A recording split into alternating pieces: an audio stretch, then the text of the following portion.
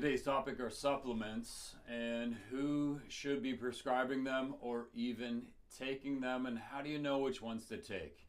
What are the qualities? What if you go get Costco supplements? They're usually got a few marketing, hey, we got this ingredient, and it's really marketable, but the quantities, the concentrations, and sometimes even the qualities of those ingredients aren't what you really should get. First, second, they're still filled with fillers, and the quantities of all the other ingredients, the concentrations are going to highly likely be way off of what is really of any real value. So if it's not just not much value, it might even be really terrible for you. That's a real serious commonality with, I would say, more than 90% of supplement qualities.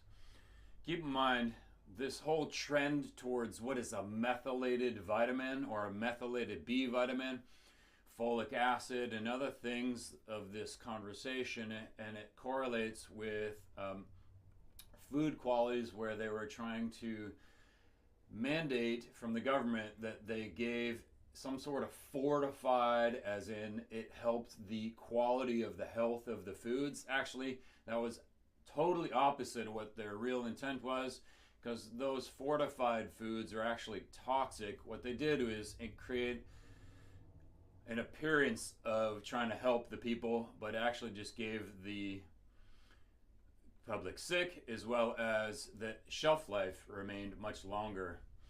So when you're thinking about folic acid or generally supplements, you wanted a methylated quality of supplementations. So this will often be paired with quality, real food or oriented food grade B vitamins, enzymes, and maybe even some sort of level of betaine or what might be called hydrochloric acid, which your stomach cells make and need to make at a high level.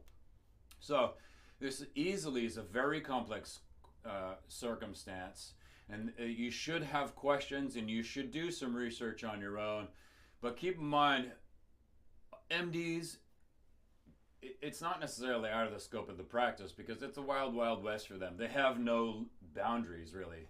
But they have zero education on this. Don't make me think that none of them will, but they have to do all that extra stuff outside of the normal curriculum. And it's exquisitely rare, but keep in mind, a lot of MDs will prescribe horrible, horrible supplements and give you a lot of fear and guilt about it. And very recently, I've had over a dozen conversations with different individuals where they're getting prescribed synthetic values in their supplements, and they're not even the right ones. So they're getting toxic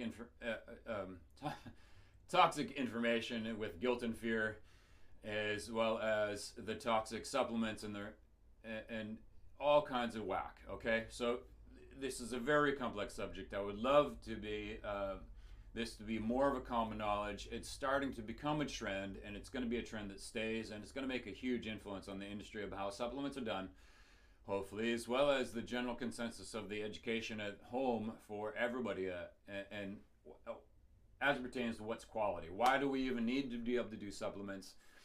They should be only supplemental for the highest quality foods, but that's really seems almost like we get all our value from supplements and maybe feel like we get even slack on food. So this is a very in-depth conversation, and it really needs to be a group-oriented, a lot of banter going back and forth, and maybe even some individual conversations where we're going to troubleshoot and, in a sense, play by ear what works for you, because what works for one person, even though it seems like they have all the same symptoms and the health status, but it might not work for the other person. So even though they seem exactly the same scenario. So I want you to think about what is folate relative to folic acid. Very different, even though they molecularly are very similar. And the government might, and the FDA might call them, the exact same thing. It's a B vitamin, or it's folic acid relative to folate, or whatever it might be. So we want to go with methylated folate. Okay, so methylated B vitamins or paired amino acids with enzymes. Keeping conversation about what's the efficacy rate and the concentrations of your qualities of your symptoms and the ingredients. Why we're having diversification if it's a multi. Some clinical applications you really need to be able to individualize, so to match where the patient is and what they can handle and how well they can integrate. You might have to start really minuscule with just a very seldom a certain amount of things. Once they start acclimating, then we can actually go towards something that might be more of a combination of supplements, or maybe even work their way up to a multi.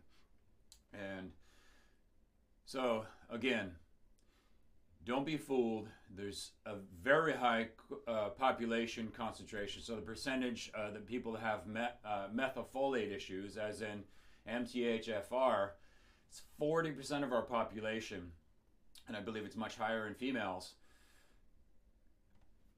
40% have a very serious issue with metabolizing many different values of foods, especially as it pertains to things like folic acid. They're going to have, in a sense, they think they're taking a valuable supplement, but it's actually a high correlation to building toxicity the more they take it.